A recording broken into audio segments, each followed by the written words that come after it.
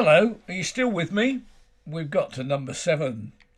This is some interesting things because we're going to be talking about usury, and I'll explain what that is, interest rates, loans, mortgages, all those sort of things as we go on today. Stay with me. We're going to look at payday loans, APR. Do you know what APR is? Annual percentage rate. We'll talk about that further. Bank loans, overdrafts, mortgages, usury. Well, actually, usury is an old word. Nowadays, we'd interpret it as interest. And as I shall say a few times today, in fact, originally, usury simply meant interest, but we use the word today to mean excessive interest. So we've sort of almost changed its meaning. Leasehold and freehold. We're going to talk about sterling. You know what sterling is? Sterling means the pound. So we talk about British currency as sterling, which is the British pound or pound. False currency parity. There's a strange one. And reserve currency. Those are some of the things that we're actually going to talk about today at different times. Okay, payday loans. Those are the loans that you see advertised on television, and they're terrible. If you look at the small print at the bottom of the screen, you will see the APR, and that is often up to 1,000%.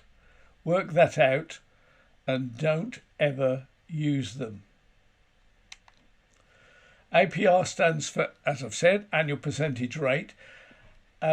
So APR is the calculation, the full amount you will pay for a loan over the course of 1 year. Now, it's a bit more complicated than that because usually with a loan, you're paying it off every month. So you're altering the amount that you actually owe or that you've borrowed.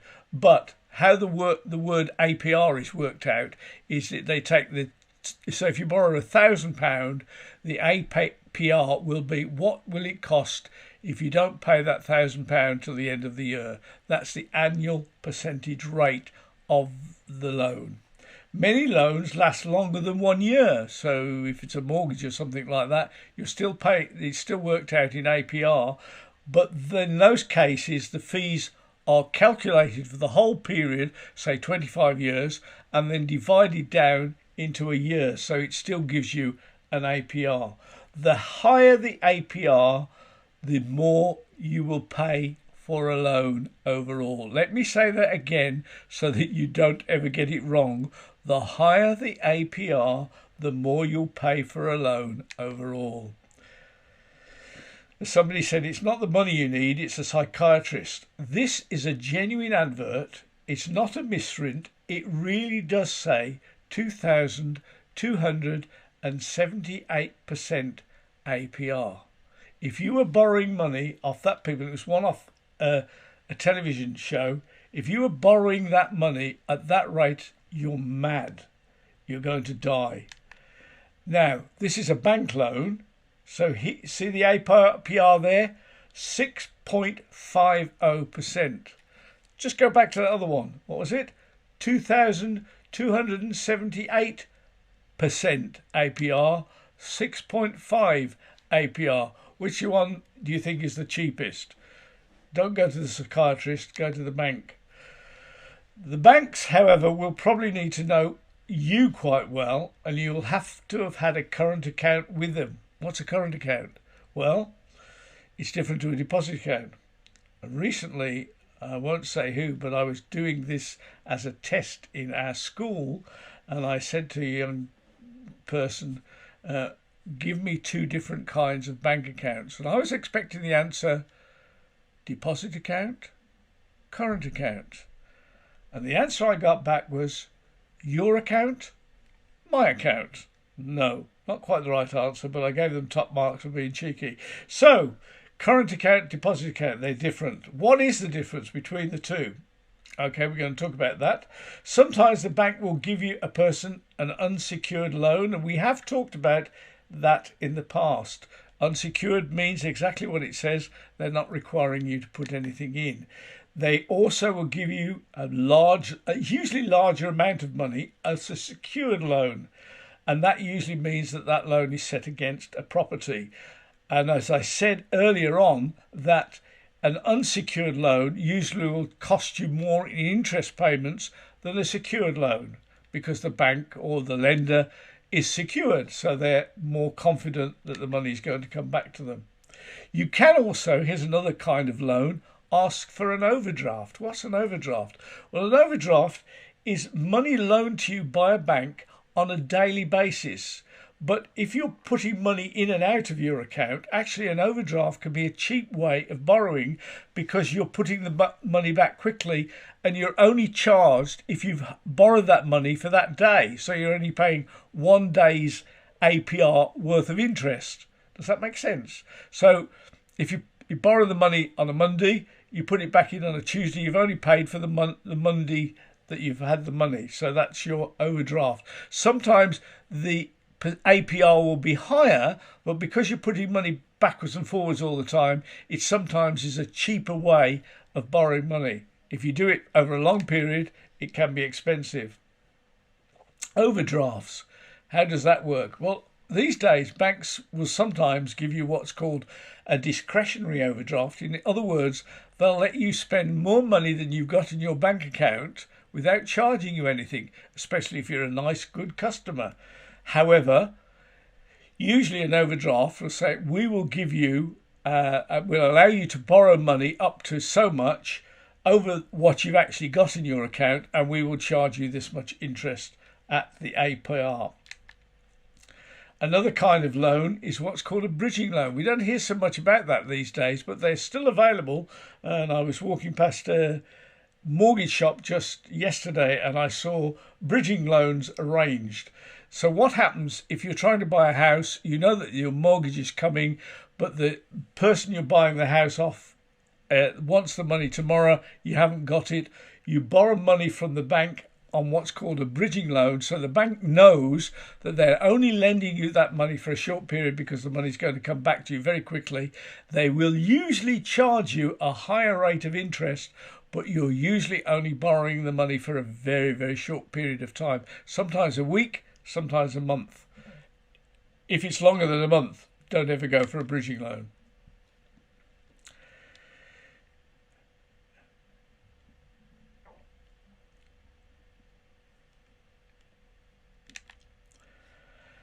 Mortgages. We've talked about mortgages already.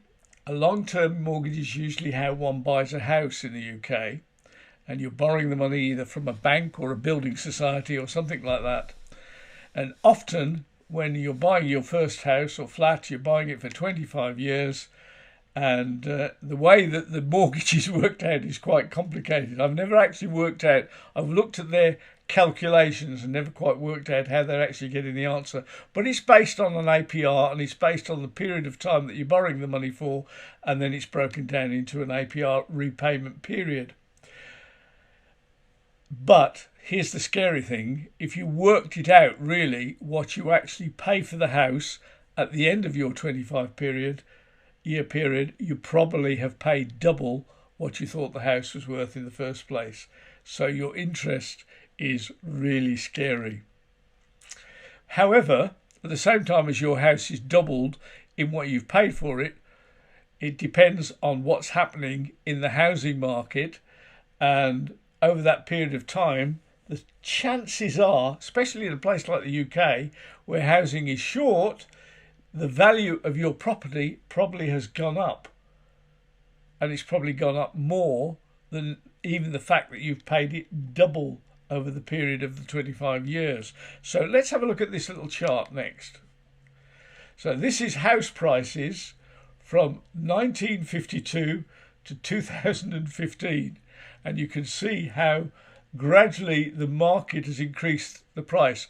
But be very, very wary of looking at that chart and think, oh, I've made all that much money. No, you haven't really, because inflation means that even though you paid, I don't know, £750 for a house in 1952, and now it's £2 million for that house. If you want the same house somewhere else, you're not going to be able to buy it for £750. You probably have to pay £2.5 million. So really and truly, what are we talking about? What do we mean by the value? Because we have to take into account inflation. We have to take into account the supply and demand and what is out there and what we can use that money for. Okay, I said I would talk about usury and interest, and as the contemporary dictionary defines this: the lending or practice of lending money at an extortionate rate of interest. It is the practice of making unethical or immoral monetary loans that unfairly enrich the lender. I think that 2,000% that we looked at earlier on probably matches that. An exorbitant amount of rate of interest, especially in excess of the legal rate. Originally, though, the word usury simply meant interest paid for the using of lending or money. A loan may be considered usurious because of an excessive or abusive amount of interest rates or other factors. Now, here's an interesting thing. Historically, in Christian societies, and still in many Islamic societies, charging any interest at all may be considered usury. Someone who practices usury can be called a usurer, but a more modern term in contemporary English, they might be called a loan shark.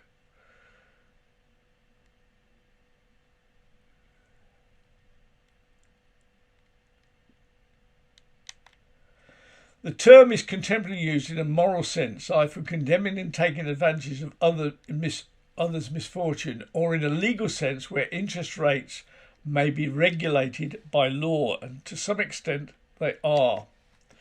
Historically, some cultures, for example Christianity in much of the medieval Europe and Islam in many parts of the world even today, have regarded charging any interest for loans as sinful. Some of the earliest known condemnations of usury came from the verdict texts of India. Similarly, condemnations are found in religions all around the world, such as Buddhism, Judaism, Christianity, Islam. The term in Arabic is riba, and in Hebrew is ribbit. So it's an old word, usury. Okay? At times, many nations from ancient China to ancient Greece in ancient Rome have outlawed loans with any interest. You couldn't borrow money and charge interest. It was against the law. It was against the law in the UK for many centuries. And in fact, they said anybody who lends money at interest should have their house knocked down and turned into a dunghill. The Roman Empire eventually allowed loans with careful restricted interest rates. The Christian church in medieval Europe banned the charging of interest at any rate, as well as charging a fee for the use of money, which is such as a bureau de change. I'd like to talk about the fact of what Jesus did in the temple, because he was complaining about the bureau de change, but we'll talk about that maybe at some other time. Interesting little thing here about 1275, there was the Statute of Jewry, which was a statute issued by Edward I of England, and it placed a number of restrictions because Jews actually were the moneylenders in the UK, and he most notably outlawed the practice of usury, so he banned Jewish people from lending money with usury. However, we need to ask ourselves the question, why were the Jews lending money? There's an awful lot of interesting things there. The reality was that most of the time they couldn't do other forms of employment. They were banned, and therefore there wasn't much option left to them to make a living. The Usury Act of 1660 was an Act of Parliament with the long title of An Act for Restraining the Taking of Excessive Usury. The purpose of the Act was to reduce the interest rate from 8% to 6%. The legislation has been was enacted in 1651 under the Commonwealth Act, but this Act was passed to confirm legality on the measures following the restoration of Charles II after the Civil War. Now, I said we need to try and understand why Jews particularly enter this kind of work, making money. But in fact, they were not allowed to do certain jobs. They weren't allowed to become lawyers. They weren't allowed to go into teaching. They weren't allowed to join the army. So there are lots of things that they restricted. In fact, what people don't realise, in the UK, many things like that were also banned if you weren't a conforming church person in this country. So people like the Quakers and non-conformists in England started businesses because they weren't allowed to do anything else. Did you know, for example, that Barclays Bank and Lloyds Bank were started for that reason? The people who started those banks weren't allowed to do other things. They weren't allowed to join the army. They weren't allowed to become teachers. They weren't allowed to go into law. So they opened banks. So Lloyds and Barclays. Also other companies like Rowntree's, Cadbury's. There were also companies that formed for the same reason. Be nice to have time to go into that, but not today.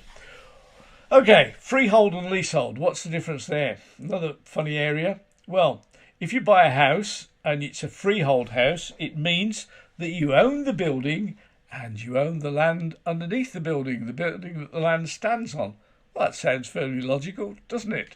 But lots of houses in the UK are sold leasehold, which means you own the house but not the land underneath the house. What does that mean? Well, it means after a certain period of time, and usually leases in this country are set at 99 years. So if you buy a house and it says I've got 99 years lease on it, it means that after 99 years, that house returns to the freeholder, the person who owns the land. And if you want to live in that house, you've got to buy it all over again. That's a bit crazy, isn't it? But that's how it works. Normally, a person has both the house and the land for, say, 99 years with a lease. After that, it returns to the freehold, whose land it stands on. And one will have to pay a rent for the land upon which the house is situated. At the end of the lease, you will have to rebuy the house. And usually, if you're buying a leasehold property, the mortgage companies will lend you less depending how many years left on the lease. So if your lease goes down to under 60 years, the mortgage companies will often say, oh, we don't really want to lend you money on a leasehold property if it's only got 60 years. Can you increase the lease? And you have to go back to the freeholder and say, please, can you increase the lease? And they'll say yes, and they'll charge you a lot of money for it. Okay. We talked about secured loans and unsecured loans. Let's talk about interest rates. With so many different kinds of credit card rates, bank rates, mortgage rates. Have a look at them. Also look at what period the rate is being charged for. Is it so much a day, a week, a month, a year? Also, always look at that APR. Look for the average percentage rate, the 12-month period that loan is worked out on.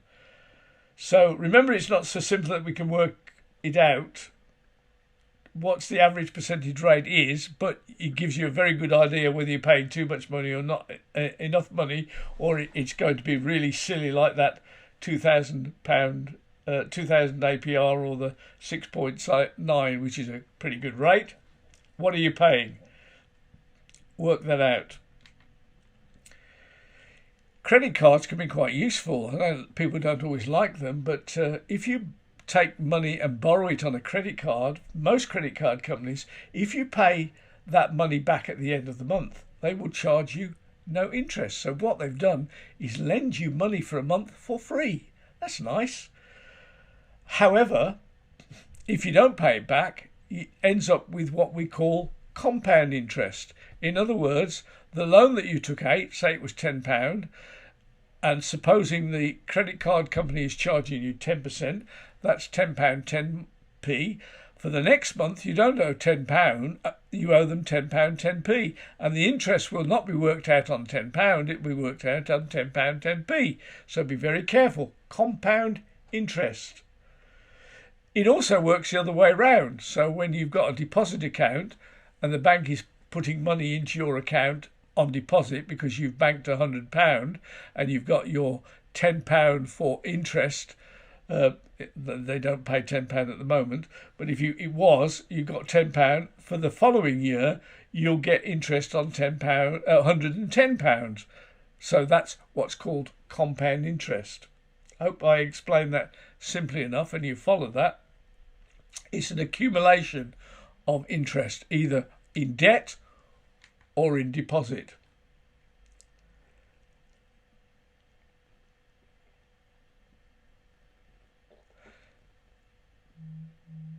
Okay, here's a fun question. Sterling. Sterling is pounds.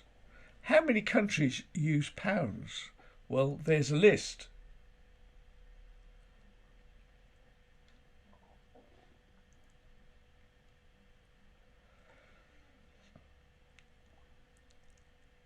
Now, you probably think of your pound as what you look at, but actually there are other pounds. They're still worth exactly a pound.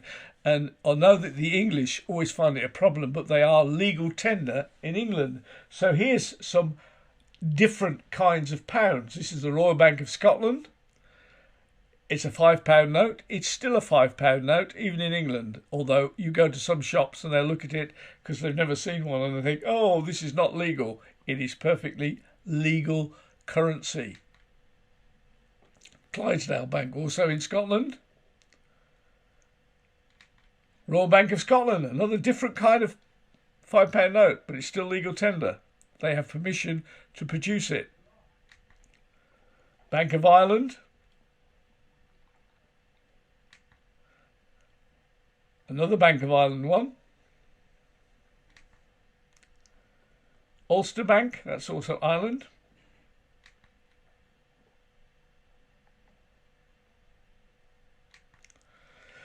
Once upon a time, the pound sterling was the international reserve currency. That's something we haven't talked about. What is reserve currency? Today, it is the USA dollar, which is the reserve currency. And if you look at your computer keyboard right now, you'll notice that you only have two currency signs on there. If you're in an English-speaking company, you'll have a pound sign and probably a dollar sign. You won't have a yen or a Swiss franc or a Sri Lankan rupee, but you'll have a pound sign and a dollar sign. And the same on calculators. Some computers now are beginning to include the euro as well, but most computers still don't have that on. What's the advantage of being an international reserve currency? And what is a reserve currency? Well, a reserve currency means that certain staples can only be bought if you use that currency. And the big thing, of course, is oil. Oil has to be bought and paid for in dollars. It's only priced in dollars. This means that one has to change one's local currency to dollars to be able to buy it. In that way, the country that is the international currency or the reserve currency gains twice, because they charge you for changing your money into dollars, and then you have to win again because you buy the oil in dollars. It used to be, once upon a time, that the pound sterling was the international currency. But we'll talk about that in a minute. Let's talk about false currency parity. This is where politics creates a false value on a currency. For instance, in communist countries, or when there was communist countries, I used to visit Poland, and they would make you change your pounds into the local currency zlotys. And they said the government had decided that £1 was only worth 300 zlotys. So you had to go to the bank and change your pound, and for every pound that you gave them, they gave you 300 zlotys. However, on the black market, which of course you shouldn't use because it was illegal, you could go around the corner and say, how much will you give me for my pound? And the local person would sell you 700 zlotys. He would buy your pound off you, which was the true value of the currency. Now, this is a problem even today because America has been complaining about the Chinese yuan, which they say is false currency parity. They would claim the American dollar is worth more against the yuan than the government of China says the yuan is worth. Same as the same thing I'm describing with what used to be the situation in Poland with the zloty. It's not like that, by the way, today. Some local currencies are not internationally traded. These countries need to have lots of other countries' currency in their national banks. Sometimes in some countries the government will make you pay for goods bought there in what is often referred to as hard currency. So if one is not from their country, they must pay in either dollars, pounds or, say, Swiss francs. They will not allow a foreigner to pay in the local currency. When I used to go to Poland in the communist times, they wouldn't let me buy petrol in the local country. I had to go to a hotel and buy vouchers in pounds or dollars, which I could then exchange for petrol. And it was actually costing me a lot more in my pounds than it would have cost if I'd have bought the petrol in zlotys. There are some countries that use more than one currency, like they use more than one language. For instance, China, Hong Kong, which is part of China, use what's called the Hong Kong dollar, whereas the rest of the China uses the yuan. How many different currencies do you know? Pounds, dollars, Swiss francs, Canadian dollars, Polish zlotys, etc. Here you are. Here's a list.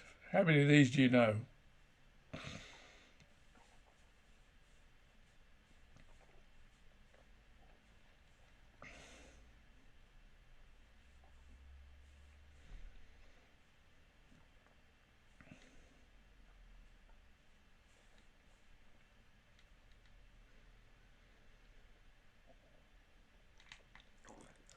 Okay, how many of those had you heard of before? A reserve currency is the currency that people fall back on. It becomes the standard currency. At the moment, as I've said, it's the USA dollar. This, of course, gives America certain advantages. It means that certain war products, like oil, as I've said, are only sold in dollars. And the pound sterling used to be the reserve currency. And it still is a sort of second reserve currency that's used in many countries other than the UK. The top reserve currency is generally selected by the banking community for the strength and stability of the economy in which it is used.